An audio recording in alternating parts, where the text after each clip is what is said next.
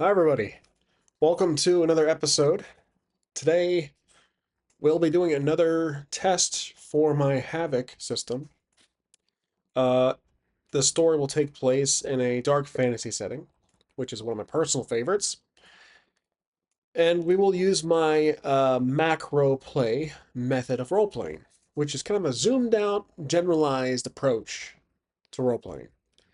So, since this is a test, we won't dive too deep into anything really, but I will go through my game in brief, and I will intro my character who I already wrote up. So, my game has changed recently. I got rid of the PDFs. I was constantly changing the game, and I realized what's the point of designing it this early in the staging, this early, when I'm always constantly updating the rules. There's really no point to just have this nice looking character sheet. So I trashed um, the designs, and I have a very basic approach, and it's just on this little note card here.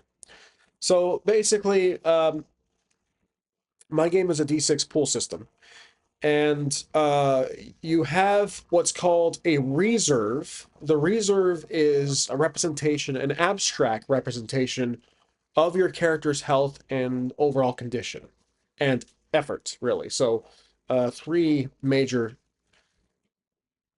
traits kind of blended into one mechanic. And the reserve operates in several ways. So, when you want to try something risky, you take a d6, that's the bare minimum that you can do. And by default, you start with 4 reserve. The maximum reserve you can have is 4. Used to be 5, but I lowered it to 4. I think 5 was a little too easy. So when you want to try something risky, you take a d6. If the action being taken has anything to do with your character's background, their personal details, their background, profession, physical appearance, their gender, their race, anything, then you grab another d6. So then you have 2. The third option, or the third possibility, is the perks. The perks are specific talents, advantages, items that your character has that can aid them in the action. That will be the third d6. You can roll, you can use multiple perks. You don't have to use your backgrounds or your personal details, but you always get to use one d6. What you're trying to roll is your reserve or less. So 4, for example, equal to or less than your reserve, your current reserve amount. So when you get hurt, your reserve goes down by 1. Enemies have, as I call threats, threats have reserves. Minions have 2, standards have 4, or masters, as I refer them to as. And if you roll doubles above your reserve, even if you have a, even if one die, 1d6 gets a success, you can still fail miserably. It overrides the success. If you roll double ones, it's a perfect. You get an extra benefit. But if your dice are all over the place above your reserve, it's a standard fail. If you roll below your reserve, at or below, it's a standard success. So you have the 3 possibilities. You have a 4, I should say. You have a, as I call, a perfect, which is 2 ones or more. A standard success, which is any number equal to or less than your reserve, your current reserve. A standard fail, any number above your reserve. And then doubles of any number above your reserve is a fumble. So I want to see if this new update adds some difficulty, because I was noticing having the value of 5, the starting reserve of 5, was making it a little easy, too easy in the beginning.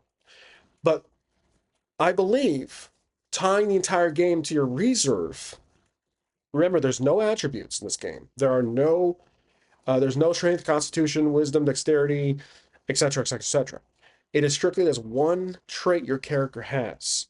And if you get hurt, if it goes down, you lose the amount of dice you can roll. there's the catch 20 right there. Or I guess in this case, it's catch D6. If I'm using that right. If your reserve goes down, your D6 amount goes down. Your D6 pool can only be as much as your reserve. So now you see how the reserve is the root of most all mechanics in this game. It's your health, it's your effort, and it's the amount of effort you can put into a roll. And that's really it. That's as simple as it is. It's one page. So those are the updates I wanted to mention. Now let's go ahead and introduce the character. The character's name, remember this is a standard dark fantasy, nothing special, is Tim. He is a male, he, him, however you prefer, how you prefer it. He's an older, on the older side, 62 years old. He's a human. He's a background as a hunter. Profession is an adventurer. What a shock. His appearance is ugly, long, gray beard, bald. His reserve is currently 4, which I will use with poker chips. Let's off camera here. So, there we go. Okay. So 4 poker chips. That will be his reserve. And what we'll do is decide. Oh, I'm sorry. His 2 perks are his bow and he's a great shot. Despite his age, he is a great shot. And you can have up to, you start with 2. So similar to Fate, you start with 2 perks. All right. I'm still working on advancing, like adding more perks as you go. But for my prior revision, it was strictly, you can, as you reach a milestone, you can add a perk, modify existing perks, remove one, etc. So let's figure out a starting premise scenario for Tim. I have our trusty descriptors here, actions, and description from the one-page mythic. I'll read off what I roll here so you guys can see the dice at least. Rolling for the action, so what is our character, what is Tim doing? We have 2. Attain, so he's trying to retrieve something. Okay. And what is he trying to achieve? Attain, that would be description. 53. 53 is loud. It is something loud. He is trying to rescue someone who's screaming. I would assume it is a friend of his or possibly a family member. So he's trying to... There is someone literally being kidnapped in front of him, in front of his very eyes. And I want to say that he is currently, if it's a dark fantasy setting, it's going to be, there's going to be a lot of darkness, hence dark fantasy, death, disease, famine, etc. So let's ask the dice if the Oracle, if he is currently in a town of sorts or traveling per se. I'm going to say it's likely, so 75% chance he is in a town. Well, of course, that's a very strong yes. So 10 or less for me is a strong yes. So essentially, what this means, he is in a town and he witnessed someone getting kidnapped in front of his very eyes. Maybe this town has been having trouble with the undead, perhaps, or the undead is kidnapping villagers or townsfolk, bringing them back to their graveyard to absorb their souls, to basically kill them off, kidnapping them. So these zombies are literally kidnapping these townsfolk at night and taking them back to their nearest gravesite. So our character, Tim, witnesses this. Now, just for some zoomed in detail, I did say macro play, but there's just one small thing I want to get information on. Is this person being kidnapped related to our character? 60% chance. No, it is a friend. So Tim is just chit-chatting at the cafe, at a Starbucks, and suddenly a zombie pops out of the corner of the screen and snatches our friend. So, Tim is going to attempt and rescue this person, but we need something to stall Tim. I'd say as one zombie snatches his friend from his very eyes as they were chit-chatting, enjoying a mocha latte, another zombie also is going to grab Tim. Now, the friend that Tim is talking to is not an adventurer. Oops, I had five by mistake. There we go. Okay. So the zombies were going for Tim and company. But these guys don't realize who they're messing with. And that is the main character of this story. So there is another possibility regarding the D6 pool that I've been considering as environmental advantages. So, like in Fate, you have aspects that can be invoked based on scene aspects or world setting aspects or character related. And basically, main character syndrome is something I like to consider. Again, this is a possible mechanic. I've been thinking about it where the original three I mentioned, your background, the D6 minimum for effort, your background, and your perks. I keep saying background, I mean personal details. Your perks can also be an additional 3 plus D6 addition. But also, like, if you have an advantage, per se. I don't have an advantage or disadvantage mechanic in this game just yet. Another consideration. Like, if your character is at a disadvantage, like if it's harder to achieve, then it would take away a D6. So let's keep that in one of mind. I'm gonna house rule that if there is a disadvantage for our character or a advantage, I will either take away or give a D6. And I believe that can ignore the reserve cap. So advantages can ignore the D6 cap. I'll have to put a mental note about that. Disadvantages just reduces it either way. Okay, so Tim is being grabbed by a zombie. So we're going to have to roll here. He's at 4. He's healthy. He has not been hurt. But he's being restrained. So what can we do here that adds more than 1d6? Well, his appearance is ugly. Maybe the zombie confuses him for thinks he's also another zombie. As humorous as that is, I don't really think that would apply here. Well, actually, what if it does? Okay, maybe instinct kicks in, experience, and he starts to act like a zombie. So maybe Tim has had past experiences with zombies out there in the wild, and he sees that he's being kidnapped and eventually grabbed, so he starts to act like one. So it's kind of a performance role. So he's ugly. That's going to be an additional D6. Whoops. Sorry about that. Okay, additional D6. He's ugly, so he's going to try to act like a zombie to distract him or to trick the zombie to thinking like, oh, I'm a fellow zombie. What are you doing? And then for perks, there's really nothing at the moment. It's either bow or great shot. We can't use his bow. He's being restrained. Now, the restraint thing is a disadvantage. So what we'll do is clear that and go back to 1d6. So there's that mechanic I'm considering. So we are stuck with the 1d6. There is Hunter, but he's older, so that might not apply here. Okay, so what we need to roll is a 4 or less to successfully break free of the zombie trying to grab Tim and haul us away. That is a success. 3. Okay, we break away from this pesky zombie. If we failed, we probably would have gotten hurt. So we took 1 hit, reduced our reserve to 3. There's another mechanic I'm considering. It's a meta currency where you can spend reserve, as risky as it is, because this game, I'm assuming it would be deadly. You can spend reserve to re-roll a failed roll or to add an extra d6. Again, it's a possible mechanic.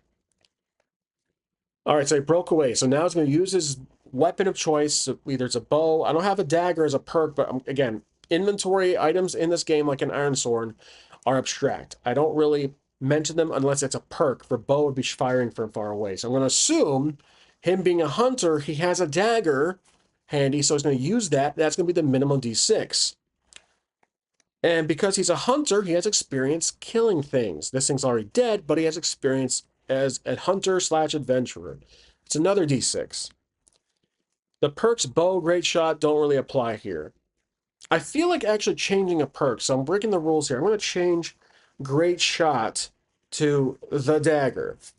For me, I like to have just the most important items listed. Nothing else, like rations, rope, clothing. I'm not really worried about that stuff. So I'm going to put dagger. Allows him to use it. So now he has a bow and a dagger. Okay, I'll stop there regarding modifying my existing perks. So that makes sense. That's 2d6. He's the minimum is the effort. Then he's a hunter, so that's actually another d6. And then the third one is the dagger. So we need to roll 4 or less for the winning d6. Remember, doubles above, so 5 or more would be a complete fail. He's attempting to kill the zombie, or at least behead him. That's a success. There's no doubles. All right, so 2 is the one we're looking at. So he's able to slice off the head of the zombie, and it falls. Now, he can see, after he was doing all of that, we need to ask the Oracle, while that was happening, is the friend too far away? How far is the friend? Is the friend still in sight to shoot? I'm going to say that probably took less than a minute to do.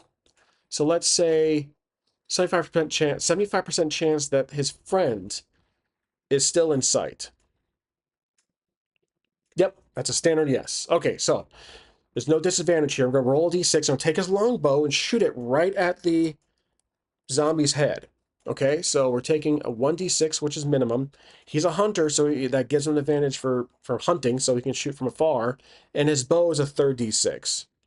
Here we go. I'm going to try to fire it and hit. I have an idea what to do in case I roll doubles. I'm actually kind of, it'll be funny if it did roll a double fail, so yeah, you can probably guess what I'm going to do. So let's roll for it. So 4 or less is a success. Oh, look at that. So, well, double ones is a perfect. Since it's a playtest, I'm considering other possible rule changes here. Okay, you know what? I'm going to pause the video and add something. Okay, so what I did was modified the rules a little bit. Doubles of a number equal to or less than your reserve is a perfect. So we rolled 2 perfects, or 1 perfect, which means we get an extra benefit. Okay, so not only does the arrow get a clean shot to the head of that zombie, it falls forward, but we need an extra benefit. So let's figure out what that benefit is. Okay, so I'm going to figure that out with 2 descriptions here. We're asking the Oracle. 83, rough. We're actually, no, let's do action and description. So player character, this one, that's action. Description will be 16. So player character damaged. Player character damaged. Well, that sounds like something that would be a problem for our player character, which in my game I call avatars. So Tim damages something. Huh. I don't know if that really applies here. We can reverse it and say we fix a situation. Maybe, oh, maybe it means something that was, oh, I got it. That's why I love this very broad list of descriptions. He's old. What was damaged was his back. He has a bad back, and that very quick action he took heals him or fixes his back. So I'll put a little note here that he feels great. So basically, even though he's old, his back feels great. Maybe that, like in Fate World, that can be like something we can invoke later on or add a d6 as. But basically, that's how I'm interpreting the damaged. It was that, I think that was past tense, or, before what just happened. Okay, so his back feels great. He's like, oh, as he stands up really quick when he shot the arrow. So he's older, but, he did all that pretty quick. Okay, so he runs over to check on his friend. His friend is okay. I'm a little distraught. And let's see if there's other zombies in the area. I'm going to say, because, they almost got kidnapped, I'm going to say 75% chance. Yeah, there is. Okay, so there are other zombies in the area. 33 is a middle of the road, yes. So I'm going to assume there are we'll go by that three other zombies around the area. And they're starting to, maybe it's nighttime, it's like late hours, Starbucks is about to close. And these zombies are surrounding our team, our party. Party meaning Tim and his friends.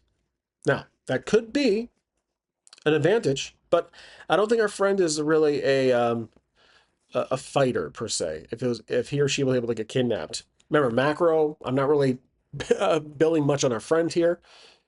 Anyways, so let's roll to see what happens next. It's just a generic roll. So we know they're zombies. Let's see what they're doing.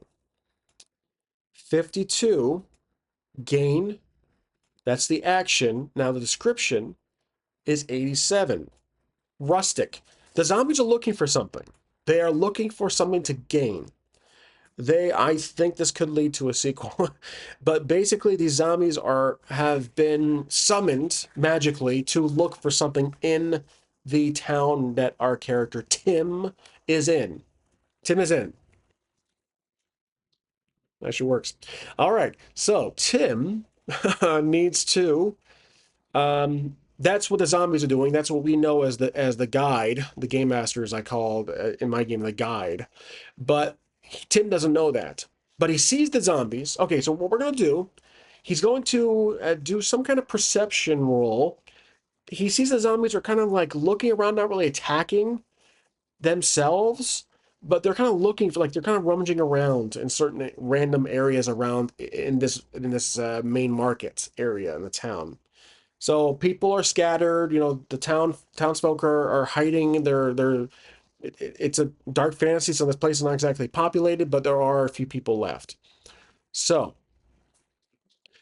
we're going to do a simple roll to determine if Tim can notice that they are actually just looking for something, not attacking at first. So this will be risky because it'll take him a moment, leaving them exposed. So 1d6 for effort. Another d6, punter.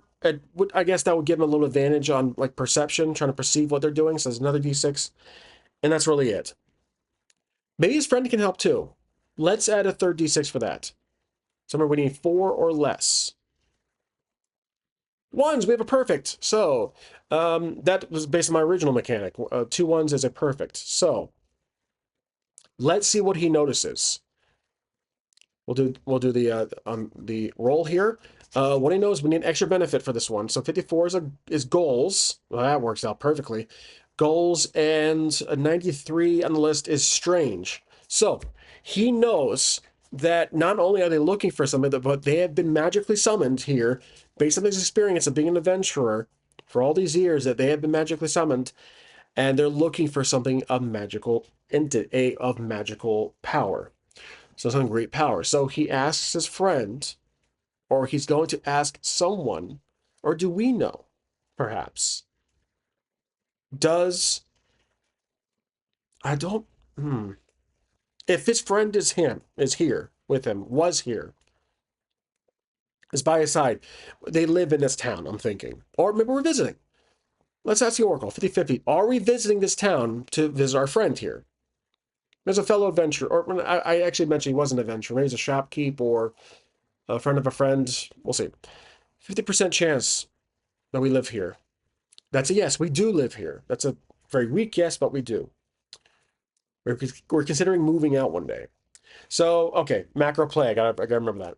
Okay, so he's been here for some time, and he knows they're looking for something. So, he notices that the zombies are kind of converging on a certain shop, and that is a magic shop. So this magic shop is right across the way, and they all turn and start walking towards that magic shop. So he now knows that that's the extra benefit, that he can see the shop, and that's where they're going. So He's going to take his bow and try to take out the first of 3 zombies. Remember, we see 3 zombies in the area, and going to shoot the first one that's closest. So that'll be the standard D6 to start.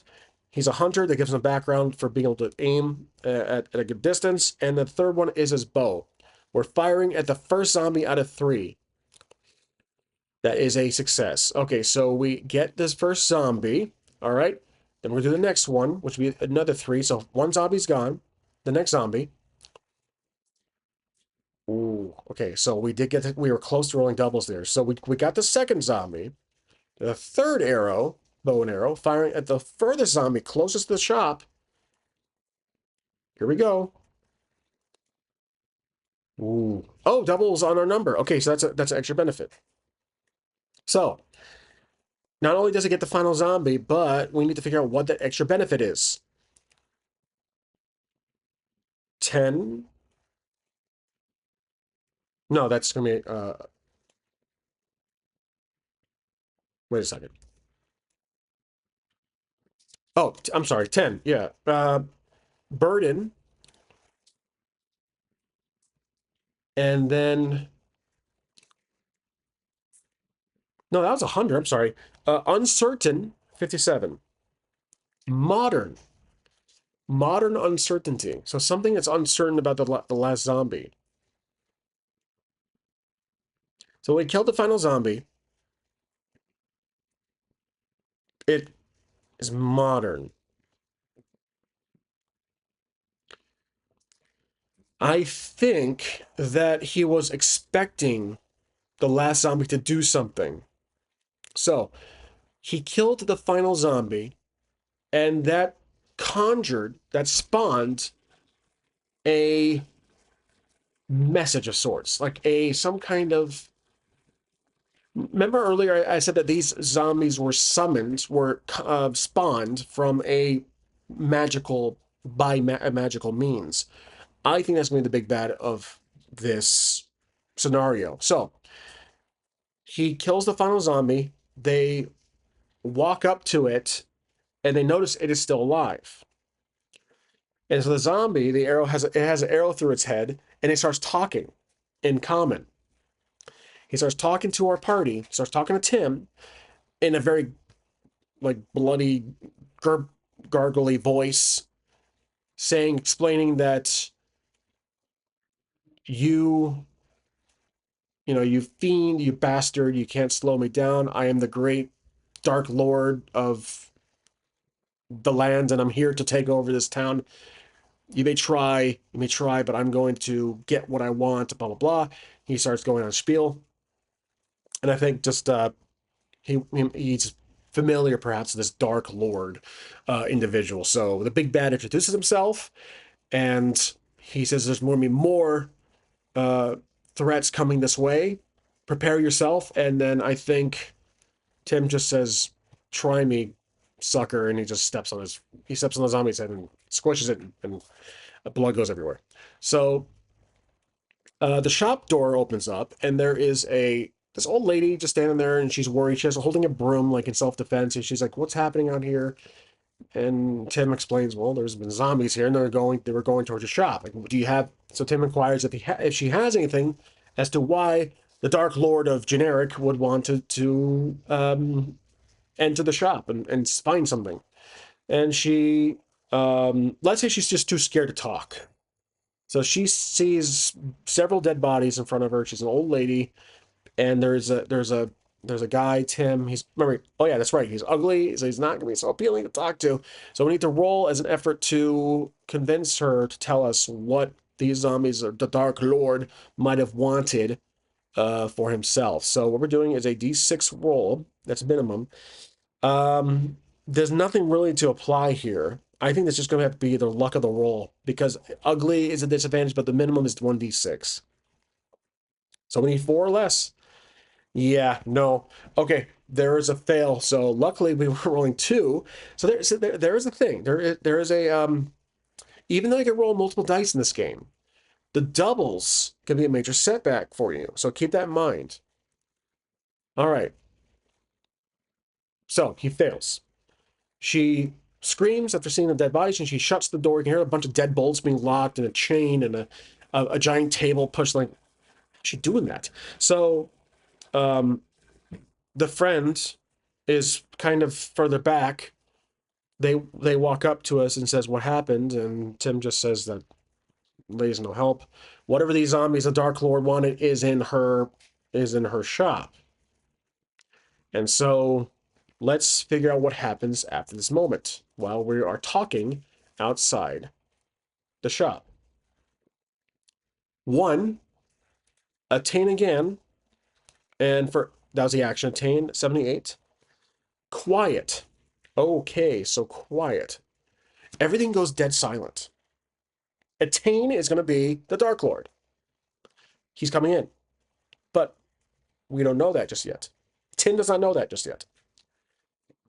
So everything goes quiet. The crickets, birds, anything, any noise from soundscape, ASMR, completely dead silent. There is nothing. You can't even hear the footsteps of his friend walking up. So it's as if he loses his hearing. So he's looking around, and his friend is talking, and you can't hear his voice.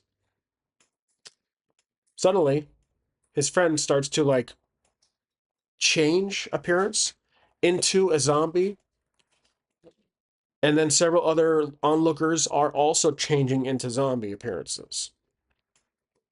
We don't know, even though I'm making this up, from his perspective, he doesn't know if what he's seeing is an illusion or they are actually changing the zombies.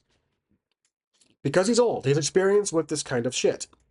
So what he's going to do is roll to see if he can break through this illusion that's being cast onto our character. So that'll be a d6. He's experienced just because of his age. So I'm using that to another d6. And that's really all I can roll. So 4 or less. There we go. So he slaps himself. He shakes his head. He kind of clears his eyes up a little bit, like that. And his friend is back to normal. And the onlookers in the distance are normal. So he can start to hear again. And he's like, "We have to go." So he takes his friend's arm and they run back to the cafe.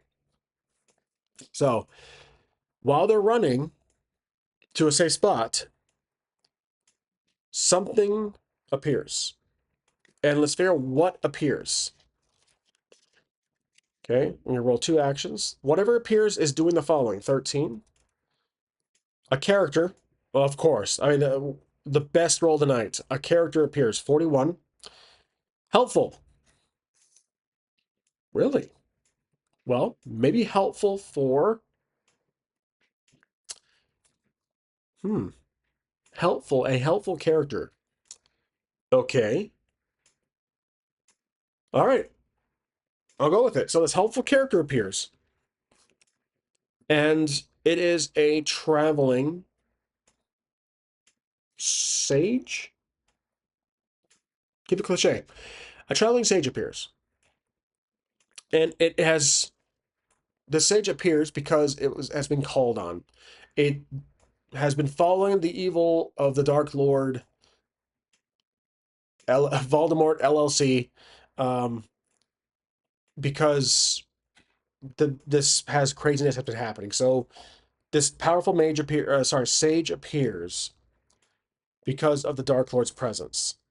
And now Tim sees this sage appear walking. Let's say it's Gandalf. Looks just like Gandalf. It's this big, tall, wizard-looking dude with a giant staff, wearing a white cloak, silver cloak.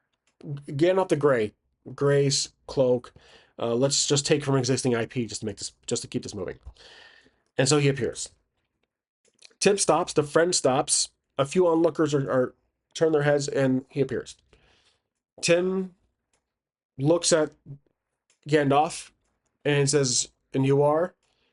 Gandalf says, "I am not Gandalf the Grey." Copyright. And so not Gandalf the Grey introduces himself as a character, and he says he has been summoned here, or he is here because of the Dark Lord's presence. So we have 2 different franchises converging into one. We have Harry Potter and Lord of the Rings, which is fine. So Tim fills in what has been happening here. The sage is listening. He said, we just had some zombies here. They've been going to that shop. He points to the shop. Gandalf looks to the shop, and then the next thing happens. So let's see what Gandalf does. Not Gandalf, sorry. 68. Move. Okay, right. 84. Move rough. Okay, so Gandalf moves. He's very, very slow. He's very old, wise, about several hundred years old. He walks to the shop. Tim checks his watch, or checks his sundial, and then notices it's dark out. He's like, "Oh crap!" And so he walks up to the shop. Tim follows. He says, "Good luck. This lady's not letting us in. I saw the zombies approaching the shop, and this lady who owns it does not want anybody to. Won't even bother." So Gandalf uses his staff, and not Gandalf knocks on the door. The door opens. The lady. Let's see how the lady reacts. I'm just gonna roll two things here. So how does the old lady shopkeeper react? 28. Danger. 79. Reassuring. Okay, so the not Gandalf, is able to reassure that he is here to help, and he's far more pleasant to look at compared to our ugly mug. And so the lady is still cautious, but she lets him in. Tim attempts to walk in, but the door shuts on his face. And then he steps back. So he puts his ear against the door. There's no windows, you can't really see much. And let's do a roll to see if he can hear what's being discussed. So maybe this not Gandalf is here to protect the item, whatever it may be, or whatever the source of magic that these zombies and the Dark Lord wants, whatever not Voldemort wants. So it'll be we're listening. So that's going to be just a general effort. D6. Nothing really to give us. This really depends on the thickness of the door. So let's just do 1d6. Okay, right. He can hear crystal clear. Well, not crystal clear. He can hear most of the conversation, and this is what is being discussed. Let's roll to see what it is. 54 is going to be goals. Okay, that kind of makes sense here. These rolls have been pretty good today. 25, empty. Okay, so he's explaining that when he talks, he talks very formal and clear and authoritative. And so when he talks, we can hear about the Dark Lord if he gets his hands on this XYZ item that she just happens to have in her possession. Maybe it was sold to her some time ago. She came across it. The Dark Lord will completely destroy the entire region if he gets his hands on this item. And he is here to protect it. So that's been discussed. And as he's listening, the door opens. And not Gandalf, is there. And Tim steps back. And he asks what's happening. All right, I forgot. Macro play. Well, maybe that zoom in wasn't necessary. So he's holding an item. It is the Tesseract from the Avengers, from the Marvel movies. It's a blue solid cube. I'm very original. I guess so I get paid the big bucks. And he's holding it. He says, "This is what the Dark Lord wanted." And so it's blurred because we want to do copyright infringement or any IP. So it's blurred. It's just a big blur. Tim was like, "Why is it blurry? Or why is there a black bar on it?" And he says, "This is the most powerful item in the entire land." Puts it in his pocket. "Now it's mine." So he walks away. And the old lady says, "Please take care of it." Maybe he paid her for it or gave her some gold coins for it. Did he? Or did he just convince her to give it to him? Let's see. 75% chance he did give her compensation. No, he just convinced her with magic. That's a solid no. Not only did he not pay for it, I don't know. I don't want to say he stole it, but he somehow threatened her, perhaps? She did not want to part ways with it, and she is like shaking in her boots. So Tim notices this. He's like, "Hey, what did you do to her?" And he looks back. Okay, let's figure out what he. I don't know if it was, 17. Maybe he did threaten her competition. Okay, 23. Disagreeable. Oh, okay. He's like, it'd be a shame if the shop, anything bad would happen to the shop. So he did threaten her. He's like, I will open up a shop next door and put you out of business, kind of threat. Not like, I'm going to turn you into a snake or something with my magical staff, but like basically just like a business proposition. Like, if you don't give me this magical Tesseract cube from the Marvel Cinematic Universe, I'm going to open up shop next door and you'll be out of business in 3 days at best. And so she starts to cry and gives it, and then Sage walks away. So, and she sees Tim. Tim is not exactly, again, the most appealing person, so she doesn't talk back to Tim. But that's what happened, as we know from the audience and the guide. But Tim follows this 7 foot tall, not Gandalf, and keeps pestering him like, "What did you do to her? What did you tell her?" He says, "That is none of your concern, human." And he tries to fix himself and continue on. And Tim was like, "Look, this is my town. If you are going to just waltz in here and act like you own the place, I want to know what's going on. Who is this Dark Lord and who are you exactly?" And let's just see how he reacts. Let's roll for it. Let's see. We're trying to get answers here from, again, Tim feels like he's obligated to, even though the old lady despises the appearance of Tim, he still feels like he needs to help in some manner. So we'll do D6 here. That's really all we can do. So 4 or less is our number. Nope. Okay, so not Gandalf continues on, and let's roll to see what Gandalf does with the consistent pest. It's not a critical fail, not a fumble. It's a standard fail. So what does not Gandalf do? 31, decrease. Maybe his interest in listening to him. 52. Light. Oh, he just turns it. He decreases. Okay, so he just turns into light and vanishes. It's gone. He just goes away. It blinds Tim, and Tim's like, "What the hell just happened?" Look around, the guy's gone. Everyone's like, "Whoa, whoa!" And the friend is like, still in front of the cafe. Looking, "Are you all right, Tim?" And like, oh, so the item's gone, and now the I'm wondering, actually, put a little plot twist here. So the zombies that were defeated, Sage, the non-Gandalf has the magical tesseract of doom. The old shop lady has been threatened with competing capitalism, and Tim is at a loss for words on what exactly just transpired. So, I mean, we did save the day, but is a Dark Lord going to come back by other means? I would say 90% chance. Yep, 49. That's a standard yes. Okay, so the Dark Lord will return in the next potential, maybe not sequel, but essentially all I wanted to do here was a playtest. I think we rolled 1 fail.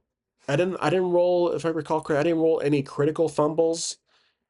Don't think I did. But that's really the only purpose of the video. It was just to test more of my system. In my opinion, please, again, please write down your thoughts below. We did roll a good amount of dice, and I think, in my opinion, succeeded too much. So maybe the number should be lower out of the D6, so perhaps 3 can be the reserve. If you consider Savage Worlds, which has you have to take off the 4 wounds before you're incapacitated, and there are you're stunned or you're shaken before taking a full wound. So maybe 3 would be the better starting reserve. I don't know. Let me know what you guys think about that. But I still like how the system's turning out. It's very freeform. You can obviously house rule a lot of things, just kind of have fun with it and twist it. Let me know what you guys think of not having like abilities like I used to have HAVOC, was a hardy, agility, valor, optics, craft. Those are the 5 things you could roll to. They were the attributes essentially. But I took those out to simplify the system and have just this one universal trait. So that's really it. we're at a little standstill with the story, but again, I don't know if I'll really continue. I will save the character sheet, but again, Tim is at an impasse here because of what just happened. So that's going to be it for the video. Our character did not get hurt. We still have 4 reserve left. But again, if I lowered it to 3, before I close the video off, let's experiment with 3 reserve. Let's see how often we can fail. Okay, there's a fail right there. Let's say we have 3 dice to do something. Okay, there's double successes, so that's a extra benefit there. Let's do 1d6 to roll. That's a fail. Let's do another one. That's a success. So again, 50% chance you get success here. So, or maybe the guide can choose a starting difficulty. So maybe 3 can be normal, or 3 and 4 can be the 2 difficulties. So light or dark, basically. So dark can be 3, 4 can be light. It's a little lighter, a little easier. 3 can be a little tougher. Not impossible. It's 50-50. But again, let me know what you guys think. Because if you lower it to 3, you can have the doubles be on both ends of the dice. So I'm really curious what you guys are going to say. I want to hear your thoughts. Sorry I didn't show you guys an actual rules sheet. I do have one typed out, but it's just a Google Doc, nothing special. It's more of an outline, anything. It's all mostly up here. And so, as always, I hope you guys enjoyed. Please feel free to subscribe, like, comment, share, thumbs up, and ring that bell so you can see when my videos get released. And I will see you next time. Thanks for watching.